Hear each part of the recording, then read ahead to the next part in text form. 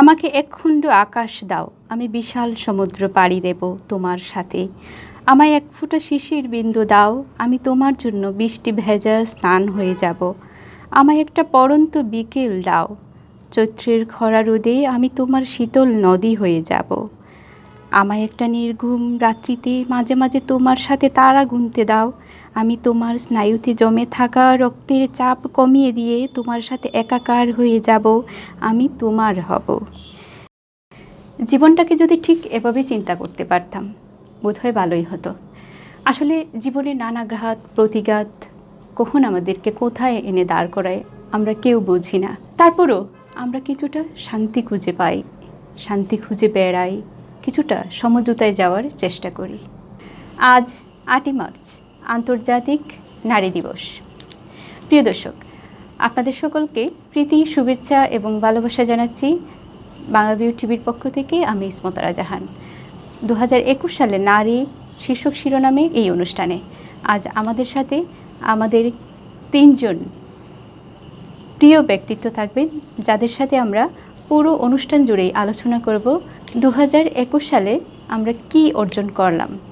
পুরো অনুষ্ঠান জুড়েই আমরা আমাদের প্রিয় অতিথিদের সাথে কথা বলবো। 2021 সালে নারী শীর্ষক শিরোনামের এই অনুষ্ঠানে আপনাদেরকে স্বাগত। পরিচয় করিয়ে দিচ্ছি আমাদের অনুষ্ঠানের প্রিয় 3 জন ব্যক্তিত্বের সাথে।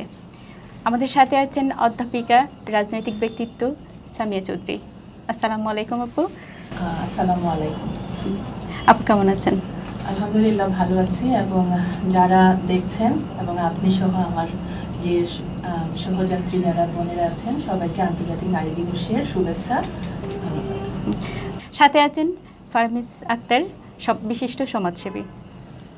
এবং আপু কেমন আছেন? আসসালামু আলাইকুম। আলহামদুলিল্লাহ ভালো আছি, সবাই ভালো থাকুক এই দোয়াই কামনা করি। এই করোনাকালে সবার সুস্থতা কামনা করে আমরা অনুষ্ঠান শুরু করব। এবং আমাদের সাথে আছেন সিলেট ওয়েমেন্স চেম্বার্স অফ কমার্সের সভাপতি স্বর্ণলতা রায়। কেমন আছেন? ধন্যবাদ, আমি ভালো আছি। আর আন্তর্জাতিক নারী দিবস উপলক্ষে আজকের এই অনুষ্ঠানে আমাকে যুক্ত করায় কৃতজ্ঞতা জানাচ্ছি। প্রথমেই ধন্যবাদ জানাবো জাতির পিতা বঙ্গবন্ধুকে। তার শততম বর্ষ আমরা উদযাপন করছি। আমরা গর্বিত স্বাধীনতার সুবর্ণ জয়ন্তী করার সুযোগটুকু ঈশ্বর আমাদেরকে এই জীবনে দিয়েছেন। আমি ধন্য মনে করছি একজন বাঙালি হিসেবে। আন্তর্জাতিক নারী দিবসে সকল নারীদের প্রতি সিলেট উইমেন চেম্বারের পক্ষ থেকে অভিনন্দন। থ্যাংক ইউ আপু। তাহলে আমরা আপনাকে দিয়ে শুরু করি। আজকে তো আমাদের অনুষ্ঠানের মুখ্য উদ্দেশ্য যেটা, সেটা তো আমরা সকলেই জানি। তো অনেক আগে থেকেই আমরা নারী অধিকার, নারী বৈষম্য, নারী চেতনাবোধ এগুলো নিয়ে আমরা অনেক আলোচনা করছি। সেই আলোচনায় আর যেতে চাই না। যেহেতু আমাদের অনুষ্ঠানের মূল শিরোনাম হচ্ছে 2021 সালে নারী। 2021 সালে এসে আমরা কি করছি, কেমন আছি, কি ভাবছি নিজেদেরকে নিয়ে, জাস্ট এই বিষয় নিয়েই আমরা আলোচনা করব। শুরুতেই আপনার কাছে আমার এই প্রশ্ন, এটা আমি বলবো যে 2021 সালে নারী, আমরা যে নারীরা, তো নারীরা এসে এই জায়গা থেকে আমরা, আপনি যে কর্মক্ষেত্রে আপনার এই বর্ণাঢ্য জীবনে আপনি কাজ করেছেন, কাজ করতে গিয়ে কর্মক্ষেত্রে এসে আপনি কি শুধু নারী না একজন সহকর্মী? ধন্যবাদ। আপনার কথার মধ্যে বেশ কিছু উদ্দীপনামূলক বক্তব্য আমি পেয়েছি। সেটা হলো করোনা কালে আমরা কিন্তু অনেকটাই অ্যাডভান্স হয়েছি। হ্যাঁ, আমরা যেটা বুঝি যে বাংলাদেশ শুধু নয়, সারা বিশ্বজুড়ে এই করোনার আঘাতটা ছিল, এবং আমরা বাঙালি যে অপ্রতিরোধ্য এটার কিন্তু প্রমাণ আমরা করে দিয়েছি। এই করোনাকালে পৃথিবীর সমস্ত উন্নয়নশীল দেশগুলোর চেয়েও আমরা কিন্তু ভালো ছিলাম, এবং আমরা এটা গর্ববোধ করি একজন নারী হিসাবে যে সিলেটের নারী উদ্যোক্তারা করোনাকালীন সময়েও অর্থনৈতিকভাবে তাদের জায়গাটা শক্ত করেছিল। যারা আউটলেট ছিল তারা হয়তো কিছুটা ধাক্কা খেয়েছে, কিন্তু অনলাইনেও অনেকেই স্বাবলম্বী হয়েছে এই করোনাকালীন সময়। তাহলে করোনাকালীন যুদ্ধে কিন্তু আমরা জয়ী হয়েছি, এই গেল একটা জয়। দ্বিতীয়ত হলো আপনি যেটা বলছেন, আমি কর্মক্ষেত্রে একজন নারী বা পুরুষ আলাদাভাবে না দেখে নিজেকে কি করে ভাবছি। আমি ভাবছি আমি একজন ব্যক্তি, এবং আমার সাথে যিনি আছেন তিনি আমার সহকর্মী। আমি আলাদা কোনো সুযোগ সুবিধা মেয়েদের জন্য দেওয়ার সময়টা বোধহয় এখন আর নেই, এবং মেয়েরা চায়ও না। মেয়েরা চায় তাদের মেধা দিয়ে তাদের যোগ্যতার যাচাইটা করে ফেলুক সব জায়গায়, সব জায়গায়। এটা আমি না, আমি মনে করি আপনি একজন তরুণ, আপনিও আমার এই কথার সাথে একমত হবেন। আমার যারা আছেন সাথে, আমার স্টুডিওতে যারা ব্যক্তিত্ব রয়েছেন, তারাও হয়তো বা একই মত পোষণ করবেন। কারণ নারীরা তাদের যোগ্যতার প্রমাণ কিন্তু দিয়ে দিয়েছেন। এখন আগামীতে শুধু আমাদের যেই জায়গাগুলো উজ্জ্বলতার জায়গাগুলো যে আমরা দেখতে পাচ্ছি, যে ট্রেন চালানো তো অনেক আগেই দেখেছি আমরা, মেয়েরা ট্রেন চালায়, মেয়েরা পাইলট, এবং আমি মনে করি যে বঙ্গবন্ধু স্যাটেলাইট যেখানে স্থাপন করা হয়েছে ওইখানেও মেয়েরা তাদের মেধার বিকাশ ঘটাবে, এবং আমার ইচ্ছা যে সিলেটের মেয়েরাই হয়তো বা পারবে। তো আমি মনে করি আমি একজন ব্যক্তি, এবং আমার অনুসারী যারা, আমাকে যারা ভালোবাসেন, হয়তোবা আমি তাদের মনের কথা কিছু বুঝতে পারি, তারাও একই মত পোষণ করবেন যে আমরা সহকর্মী হিসাবেই কাজ করতে ভালোবাসবো। তো আপনার কথা দিয়ে আমি আপনার কথার পিঠেই বলতেছি একটা জিনিস, এখন আর আমরা আমাদের মায়েদের রুলস, মায়েরা যে জায়গা থেকে উঠে আসছেন, যে রুলস মডেলে পরিণত হয়েছিলেন, যে প্রতিবন্ধকতা বেরিয়ে আমরা আসলে ওই জায়গায় নেই। 2021 সালে এসে আমরা বলবো যে আমরা নারী নয়, আমরা হিউম্যান বিং। কিন্তু তারপরেও সৃষ্টিগতভাবে বায়োলজিক্যালি আমরা আসলেই যখন আমরা পথ চলবো, আমরা একটা পাবলিক বাসে চড়বো, তখন আমাকে কিভাবে উপস্থাপন করা হচ্ছে, বা আমি যখন একটা মেলায় যাব তখন আমাকে কিভাবে উপস্থাপন করা হচ্ছে। বাংলাদেশের নারী বান্ধব সরকার প্রতিষ্ঠা লাভ করেছে, এটা শুধুমাত্র আমাদের দেশবাসী নয়, ইউনেস্কো থেকে সেদিন প্রধানমন্ত্রীকে, জাতিসংঘের এখান থেকে অভিনন্দন জানানো হয়েছে। শুধুমাত্র নারীর ক্ষমতায়নে প্রধানমন্ত্রী ভূয়সী প্রশংসা পেয়েছেন। হ্যাঁ, সেখান থেকে আমি আপনাকে একটা জিনিস বলছি যে না, তিনি তো নারী, আমরা জানি তিনি নারী এবং পাওয়ারফুল লেডি। আমরা সমাজে অনেকেই আছি যারা আমরা অর্থনৈতিকভাবে আমরা স্বাবলম্বী, পারিবারিকভাবে আমরা স্বাবলম্বী, অর্থনৈতিকভাবে স্বাবলম্বী, যেটা আমাদের অনেক পরিবার আছে, আমাদেরকে অনেক আগে থেকেই চর্চা করা হচ্ছে। কিন্তু রাস্তাঘাটে যদি কোনো নারী কাজ করছে, পাথর ভাঙছে কোনো নারী, রাস্তাঘাটে একজন নারী চলাফেরা করতেছে, সেই জায়গা থেকে আমি সেখানে অর্থনৈতিকভাবে দুর্বল নারীদের কথা আপনারা কিভাবে চিন্তা করবেন? পাথর ভাঙা বলেন বা গৃহশ্রমিকই বলবো, যারা নারীরা আছে তারা, আমি এই জন্য এটাই বললাম যে পাথর বলে ইট ভাঙা, পাথর ভাঙা। হ্যাঁ, বুঝতে পেরেছি। শ্রমিক যারা আছেন, নারী শ্রমিক যারা আছেন, আপনি একটু বাসায় গিয়ে মানে ওদের বাসাগুলো যদি আপনি একটু ভিজিট করেন, তাহলেও দেখবেন যে ওখানে কিন্তু তারা নিগৃহীত না, তাদের ভয়েস অনেক স্ট্রং। আমরা দেখতে পাচ্ছি হয়তো ওনারা নারী শ্রমিক হিসেবে রাস্তায় পাথর ভাঙছেন, এমনও নারী শ্রমিক আমি দেখেছি যে পুরুষকে টেক্কা দিচ্ছে, এই তুমি আমার চেয়ে বেশি নিয়ে যাচ্ছ কেন, এটা আমার। সো আপনি মনে হয় না যে তারা এখনও নিগৃহের শিকার। হ্যাঁ, কোথায় হয়, যেমন স্বামী দ্বারা অত্যাচারিত অনেক সময় হয়ে যায়। অনেক সময় দেখা যায় যে এই ক্লাসে অনেক পুরুষরা আছেন, নারীরাই বেশি কাজ করছেন, পুরুষরা কাজ করছেন না, তার টাকাটা হয়তো দিতে চাচ্ছেন না, হয়তো সেই সংসারে খরচ করতে চাচ্ছে, তখন ওদের মধ্যে একটা ক্ল্যাশ হয়ে যাচ্ছে। কিন্তু নারীরা এই বিষয়ে বৈষম্য শিকার হচ্ছেন, সেটা কিন্তু আমি মানতে রাজি না। তাদের ওই জায়গাটা তারা কিন্তু স্ট্রং করে ফেলেছে। সো আমরা যেটা বুঝি যে দূরদৃষ্টি চোখ নিয়ে আমরা দেখব। আপনি একটা জায়গা বলেছেন যে তারা আসলে মানে ভয়েসের ক্ষেত্রেও তারা অনেক বেশি স্ট্রং হয়ে গেছে, তারা রিয়েক্ট করতে পারতেছে। কিন্তু আমি আপনাকে এই কথাটা বলবো যে যারা আসলে আমরা মধ্যবিত্ত, আমরা জানি যে আমরা মধ্যবিত্ত, আমরা আসলে ওই রকম কালচার নিয়ে বড় হয়েছি, ওই শিক্ষাটা নিয়ে বড় হয়েছি, আমরা আসলে কথা বলতে পারছি না মুখ ফুটে।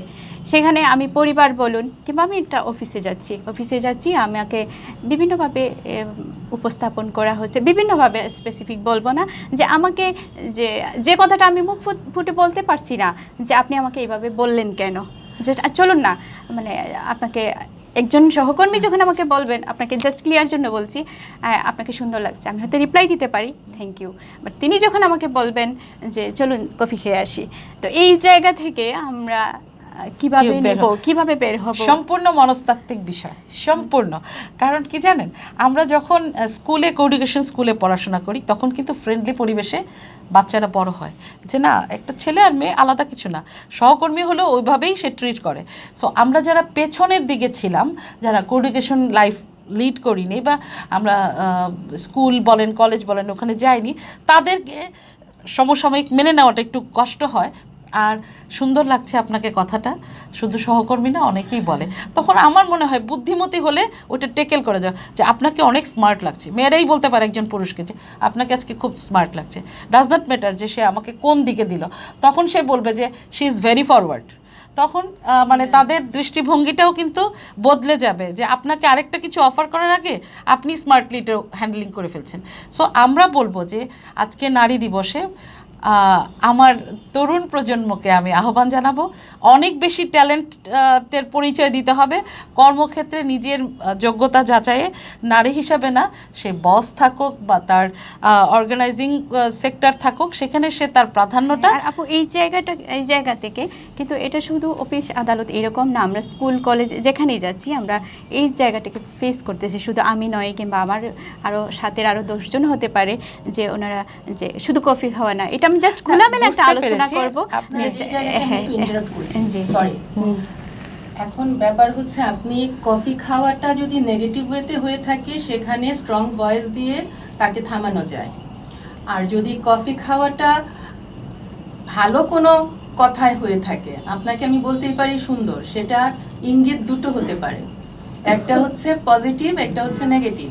এখন আমরা নারীদেরকে উচিত হচ্ছে পজিটিভলি আনসার দেওয়া। যখনই নেগেটিভ কোনো অ্যাটিটিউড নিয়ে আমাদের সাথে কথা হবে, সাথে সাথে আমাদেরকে ভয়েস রেজ করতে হবে। যখনই আমি প্রথমবার ভয়েস রেজ করব, তখনই সেটা সেখানেই থেমে যাবে। আমি স্বর্ণলতা রায়ের সাথে এই ব্যাপারে একটা কথায় একমত পুরোপুরি, যে আমাদেরকে অবশ্যই লাউড ভয়েসে কথা বলতে হবে। যেখানে আমরা সমস্যা দেখব সেখানটায় আমাদের প্রতিরোধ করতে হবে। এখন আমরা যদি সেই কাজগুলো, এটা একটা প্ল্যাটফর্মে আমরা নারীরা যদি ঐক্যবদ্ধভাবে সেটা না করি, সেটা সমূলে নির্মূল করা সম্ভব হবে না। আমাদেরকে অবশ্যই প্রতিবাদ করতে হবে। মানুষের দৃষ্টিভঙ্গি একদিনে পাল্টাবে না। এখন মানুষ কি ভাবলো সেটা নিয়ে যদি আমি ঘরে বসে থাকি তাহলেও আমার চলবে না।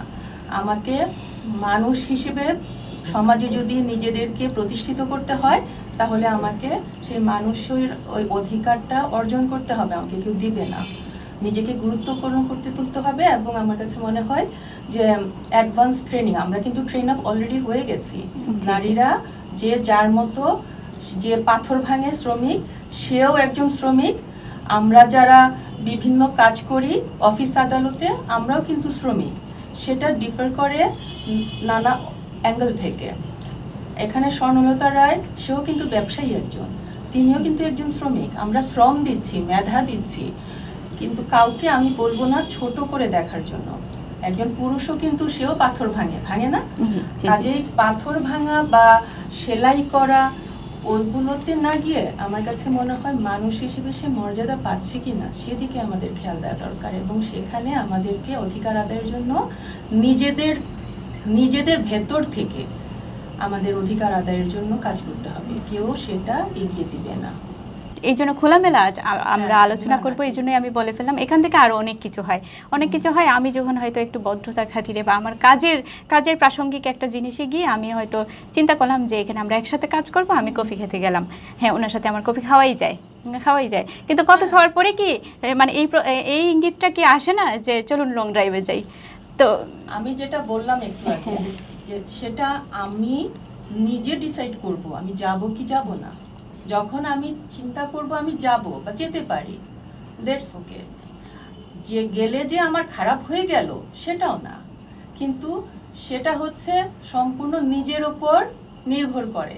কেউ জোর করে চাপিয়ে দিচ্ছে কি না, কেউ আমার কাছ থেকে সেটা অন্যভাবে আদায় করে নিচ্ছে কি না, সেদিকে আমাদের খেয়াল রাখতে হবে। যেটা হচ্ছে সামাজিকভাবে হেনস্থা করছে কিনা, এই জায়গাটায় আমাদের খেয়াল রাখতে হবে। বাট আমি নিজে যা চাচ্ছি এজ এ হিউম্যান বিইং, আমি সেটা করতে পারছি কিনা, সেটাই আমাদের লক্ষ্য। আমরা নারীরা সেই জন্য কাজ করছি যে আমরা অবশ্যই সমাজ সচেতনতা বলেন বা সামাজিক রক্ষণশীলতা, সেদিকে আমি যেতে চাচ্ছি না। সেটা আমাদের নিজেদের ব্যক্তিগত ব্যাপার, কিন্তু আমি ব্যক্তিগতভাবে যা চাচ্ছি সেটা আমি করতে পারছি কিনা নিরাপদভাবে, সেদিকে খেয়াল রাখা। লং ড্রাইভে গেলাম, সেটা খারাপ হয়ে গেল, আই ডোন্ট থিঙ্ক সো। আমার কাছে মনে হচ্ছে যে সে যেতে পারে তার ইচ্ছার উপর।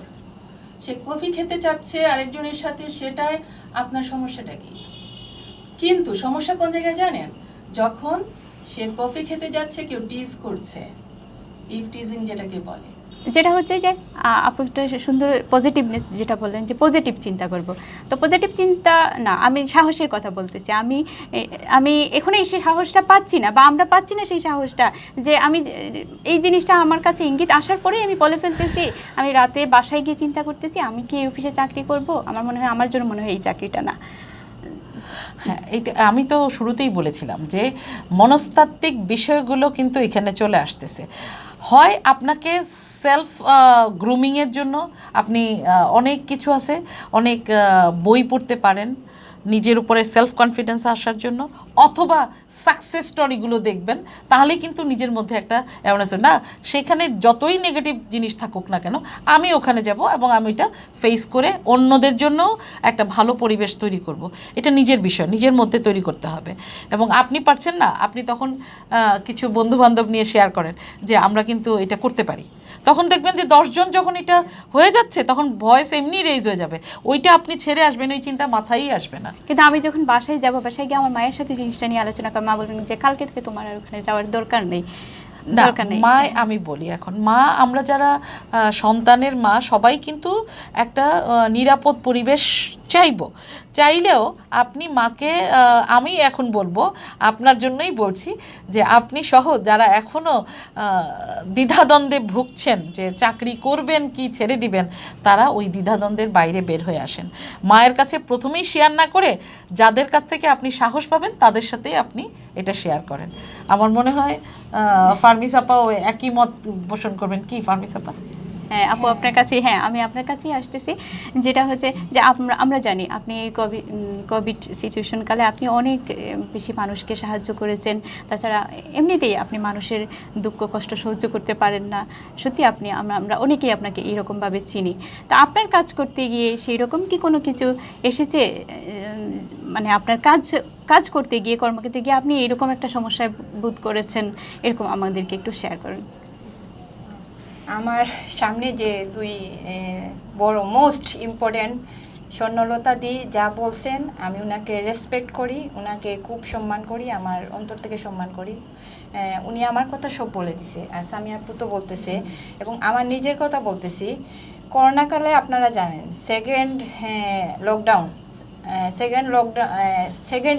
সেকেন্ড ডে কোনো ছেলে কিন্তু বের হয় নাই, বের হয়েছে একটা মেয়ে, এবং সে নিজে গাড়ি ড্রাইভ করে সবার মুখে খাবার তুলে দিছে, তখন কিন্তু কোনো ছেলে বের হয়নি। হ্যাঁ, তো আমরা যদি বলি আজকে নারী দিবসে আমি এইটা প্রাউড করে বলতেছি, একটা মেয়ে, ছেলেরা এইটা শুরু করে নাই, একটা মেয়ে শুরু করছে, সেহেতু মেয়েরা পিছিয়ে নাই, মেয়েরা অনেক এগিয়ে গেছে। হ্যাঁ, আমার নিজের কাজ দিয়ে বলতেছি। আমার আরেকটা ছোটো কাজ সিলেটের সবাই জানে, ওই যে 3টা ব্রিজ, বারুদখানা থেকে আপনার নাইয়রপুল, 3টা ব্রিজের অবস্থা খুব খারাপ ছিল। রিক্সা ড্রাইভার তুলতে পারতেছে না, রিক্সা পড়ে যাচ্ছে, বারবার রিক্সা পড়ে যাচ্ছে, এইরকম ব্রিজটা ছিল। ব্রিজ থেকে রাস্তাটা এতটুক তারতম্য, তো ওই ব্রিজের অনেক, ব্রিজ থেকে রাস্তা অনেক নিচে ছিল, রিক্সা ড্রাইভার তুলতে পারতেছে না। ওইদিকে অনেক পুরুষ মানুষ গাড়ি নিয়ে যাচ্ছে, হাইয়েস্ট নিয়ে যাচ্ছে, কারো কিন্তু মাথায় এইটা আসে নাই যে এই ব্রিজে কাজ করতে হবে। আমি যেদিন দেখলাম যে 3টা রিক্সা উল্টে গেছে, রাত্রে আমি আমার বাসা থেকে ইট পাথর সব নিয়ে রাত্রে আমি একটা মেয়ে হয়ে কাজ করছি। 3টা ব্রিজে 3 দিন লাগছে, 3টা ব্রিজে 3 দিন আমি কাজ করছি, এবং আমি নিজে মেয়ে হয়ে পাথর ভাঙছি, সব করছি। তখন পাশে ছেলেরা যাচ্ছে, অনেক মোটরসাইকেলে যাচ্ছে, বলতেছে যে দেখো মেয়ের সাহস, এত রাত কাজ করতেছে, ওইটা লোক দেখানোর জন্য। আমি কোনো পাত্তা দেই নাই, আমি যে একটা মেয়ে আমি সেটা আমি বুঝতে দেই না। আমি মানুষ, আমি একজন ব্যক্তি, আমি সেই ব্যক্তি হিসাবে কাজ করি। আমাদের আলোচনার বিষয়বস্তু সেটা। তো আপু সুন্দর একটা কথা বলছিলেন যে রাস্তাঘাটের টিচ তো আসেই, সেটা তো আমরা ফেস করি।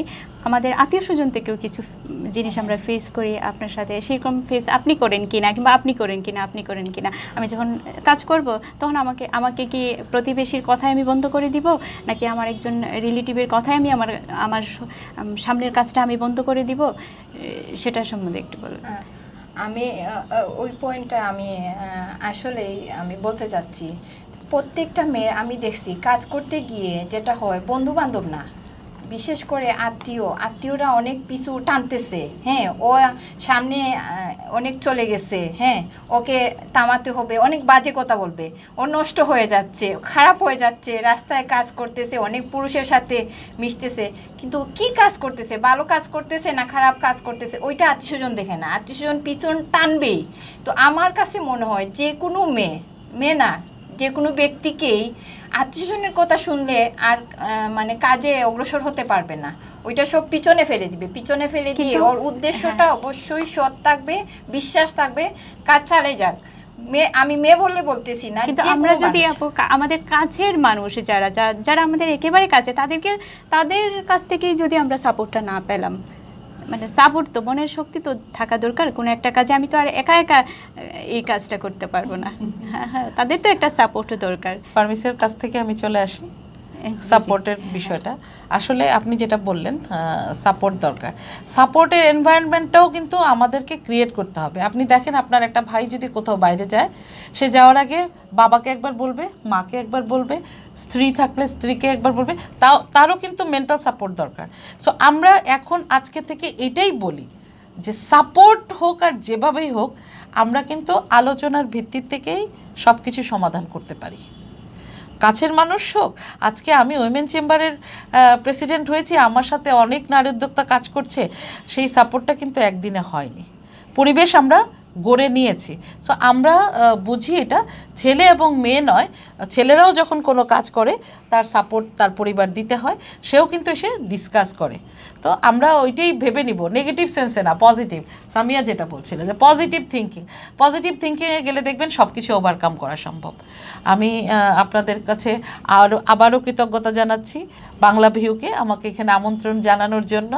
সবাই ভালো থাকবেন, সুস্থ থাকবেন। আপনার কথা থেকে আমরা বিশেষ করে আমরা সকলেই অনেক বেশি অনুপ্রাণিত হলাম যে আপনি রাতের অন্ধকারে হোক আর দিনের বেলায় হোক, আপনি মানুষের বিপদের কথা শুনে আপনি একজন মেয়ে হয়ে আপনি কাজ করেছেন। আসলে এটা আমরা অনেকেই আপনার কাছ থেকে অনেক বড় শিক্ষা পাই। তো আপনাকে অনেক বেশি ধন্যবাদ। তো আমি চলে আসছি আপু আপনার কাছে। বর্তমান প্রেক্ষাপটে আমরা আসলেই অনেকটা বেশি আমরা এগিয়ে গিয়েছি, এবং মেয়েদের সৌন্দর্যদের ব্যাপারে একটা কথা আপনার সাথে যেটা আমি আপনার কাছে প্রশ্ন করব, যে আমরা যে নিজেদেরকে ভালো রাখা, নিজেদেরকে ফিটনেস রাখার জন্য আমরা যে সৌন্দর্য বোধটাকে ধরে রাখার চেষ্টা করি, আমি যদি মানসিকভাবে ভালো না থাকি তাহলে আমার পরিবারটাও ভালো থাকবে না। একজন নারী যখন নিজের সৌন্দর্যটা উপস্থাপন করে, সেটা অনেক সময় মানুষ ভিন্ন খাতে, অর্থাৎ যেটাকে আমরা বলি সমাজের তাকে সমাজে হেয় প্রতিপন্ন করার জন্য একটা অপচেষ্টা একটা মহল হয়তো করতে পারে। কিন্তু আমরা খেয়াল করব যে নারী এবং পুরুষ উভয়েই কিন্তু তাদের নিজস্ব ফিটনেস এবং নিজস্ব সৌন্দর্যের জন্য আমরা দেখেছি যে উভয়েই এখন অনেক অনেক বেশি কনসিয়াস। তো সেক্ষেত্রে একজন পুরুষের ক্ষেত্রে যদি আমরা বলি যে না, you are looking very smart, তাহলে একটা নারীকে কেন আমরা বলতে পারি না যে ইয়েস, দিস ইজ ওকে। তো আমরা মেন্টালিটিটা একটু আগে যেটা স্বর্ণমিতাও বলে গেল, সেটা হচ্ছে যে আমাদের মেন্টালিটিটা পরিবর্তন করা দরকার, এবং সেটা একদিনে হবে না। স্বাধীনতার 50 বছর আমরা এগিয়েছি ঠিক আছে, কিন্তু আমাদের মন মানসিকতা হয়তো ততটুকু আমরা এগিয়ে নিয়ে যেতে পারিনি। তো সেক্ষেত্রে আমাদের নারীদেরকেই এগিয়ে আসতে হবে যে আমরা যেটা চাইছি আমরা সেটা আমাদের লক্ষ্যের জন্য এগিয়ে নিয়ে যেতে হবে, এবং সেদিকটা কে কি বলল সেদিকটা না খেয়াল করে যে আমি আসলে কি করতে চাচ্ছি এবং এটা ভালো হচ্ছে কিনা, এটার মূল্যায়ন ইভ্যালুয়েশন সেটা আমি নিজে থেকে করতে হবে। যেটা বলছিলাম যে আমাদের অ্যাকচুয়ালি নিজেদেরকে সচেতন হতে হবে আর নিজেদেরকেই ঠিক করতে হবে এ ব্যাপারে যে আমরা আসলে কি চাচ্ছি, আমাদের লক্ষ্যে আমাদেরকে এগিয়ে নিয়ে। হ্যাঁ, আর এই কোভিড-19 তো আমরা আসলে নিজেদেরকে যদি ভালো না রাখতে পারতাম, এই শিক্ষাটাও আমরা পেয়েছি। শারীরিকভাবে মানসিকভাবে আমরা অনেক বেশি চেষ্টা করেছি যে আমরা ভালো থাকার জন্য। আমি যদি শারীরিকভাবে ভালো না থাকতাম, আমরা অনেকেই দেখেছি ঘরে বসে ব্যায়াম করতেছে, মানে অনেক এই জিনিসটা আমরা খুব বেশি। এটা ঠিক আছে, এবং আমি আরেকটা কথা বলতে পারি যে আমরা ইদানিং ডোমেস্টিক ভায়োলেন্সেরও কোভিডের সময় অনেক বেশি ডোমেস্টিক ভায়োলেন্সের শিকার হয়েছে নারীরা, এবং সেদিকটা আমার কাছে মনে হচ্ছিল যে নারীদেরকে সেই ব্যাপারে নিজেরাই সচেতন হতে হবে, যে প্রথমেই তারা এই ডোমেস্টিক ভায়োলেন্সের বিরুদ্ধে প্রতিরোধ করে তুলতে হবে, প্রতিবাদ করতে হবে। এবং আমার কাছে মনে হচ্ছে যে একজন নারী সে যদি আত্মনির্ভরশীল হয় তাহলে তার ভয়েসটা অনেক বেশি রেজ করার সুযোগ সুবিধা থাকে। এই জন্য আমি প্রতিটা নারীকে আত্মনির্ভরশীল হয়ে গড়ে ওঠার ক্ষেত্রে জোর দেই। যে কারণে কিছুদিন আগে আমরা সিলেট চেম্বার অফ কমার্স, আমি যদিও রাজনীতি করি কিন্তু সিলেট চেম্বার অফ কমার্সের সাথে আমি যুক্ত আছি। আমি নারী উদ্যোক্তা উন্নয়ন সাব কমিটির কনভেনার হিসেবে প্রথম সিলেটে একটা সম্মেলন করি, নারী সম্মেলন 3 দিনের, সেখানে পণ্য প্রদর্শনী হয়েছিল। এবং তার পরবর্তী আমরা আগামী 8ই অনুষ্ঠানের শেষ পর্যায়ে চলে আসছি। ছোট্ট একটা প্রশ্ন নিয়ে আমরা আমাদের আলোচনা সংক্ষিপ্ত করে দিব। এই দিবসটা আসলে আমরা অনেকের কাছ থেকে শুনতে পাই, অনেকেই আমাদের সাথে থাকেন, আমাদের সাথে অনেকেই সমঝোতায় আসেন, অনেকেই আমাদের সাথে একাত্ম ঘোষণা করেন, কিন্তু অনেকটা প্রশ্ন চলে আসে যে ভায়োলেন্সের শিকার হয় কি শুধু মেয়েরা নাকি সে পুরুষরাও শিকার হয়? এই ক্ষেত্রে মানে এই জায়গা থেকে আমি বলবো নারী পুরুষ নির্বিশেষে ভায়োলেন্সের শিকার হচ্ছে। তবে ডোমেস্টিক ভায়োলেন্স যেটা, সেটা সম্পূর্ণভাবে আমার কাছে মনে হয় নারীরাই বেশিরভাগ শিকার হয়। কারণ ডোমেস্টিক ভায়োলেন্সে নারীরা অনেক সময় ওই যে ঘরে গৃহবধূ হিসেবে কাজ করে, তো তখন অথবা গৃহকর্মী হিসেবে অনেক নারী আছে বা ছোট ছোট মেয়েরা কাজ করে, তো তখন তাদের উপর অনেক ধরনের অত্যাচার নির্যাতন চলে আসে। ছেলেদের ক্ষেত্রে তখন সে বের হয়ে চলে যেতে পারে, নারীরা এখনো সেই মেন্টালিটিটা আসেনি। আমার কাছে মনে হচ্ছে যে আমরা এদিকটার দিকে খেয়াল করে ডোমেস্টিক ভায়োলেন্সটা নারীরা যেহেতু হয় তাদেরকে আরেকটু সাপোর্ট দেওয়া দরকার, তাদেরকে আরেকটু অ্যাডভান্স ট্রেনিং দেওয়া দরকার। ট্রেন আপ করলে যখন একজন নারী সে সম্পূর্ণভাবে আত্মনির্ভরশীল হয়ে যাবে, তখন সে তার ভয়েস রেজ করতে পারবে যে না, আমি কেন ডোমেস্টিক ভায়োলেন্সের শিকার হব, আমি তো নিজেই এখন একজন আর্ন করছি, আমি কেন আরেকজনের কথার উপর আমি সেটা মেনে নিব।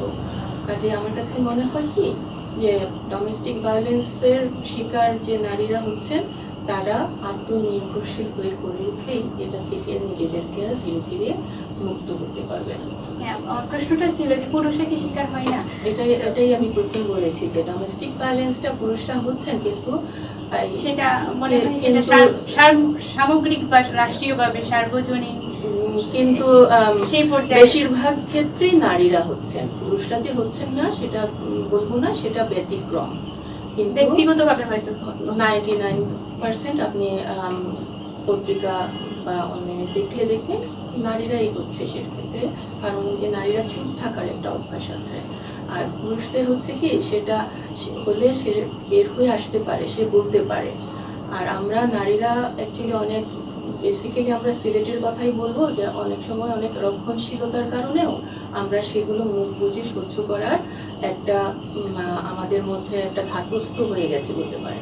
তো সেটা থেকে বের হয়ে আসতে হলে আমাদেরকে খুলে বলতে হবে, আমরা যেটাকে বলি প্রতিরোধ করতে হবে, প্রতিবাদ করতে হবে, আমাদের ভয়েসটা রেজ করতে হবে। থ্যাংক ইউ আমাদের অনুষ্ঠানে সময় দেওয়ার জন্য আপনাদের সকলকে অনেক অনেক ধন্যবাদ। শেষ করছি আমাদের আজকের অনুষ্ঠান। প্রিয় দর্শক, আপনাদের সকলকে আবারও প্রীতি এবং শুভেচ্ছা জানিয়ে আমাদের আজকের এই আলোচনা পর্ব এখানেই শেষ করছি। দেখা হবে, আবারও কথা হবে প্রিয় ব্যক্তিত্বদের সাথে ইনশাআল্লাহ।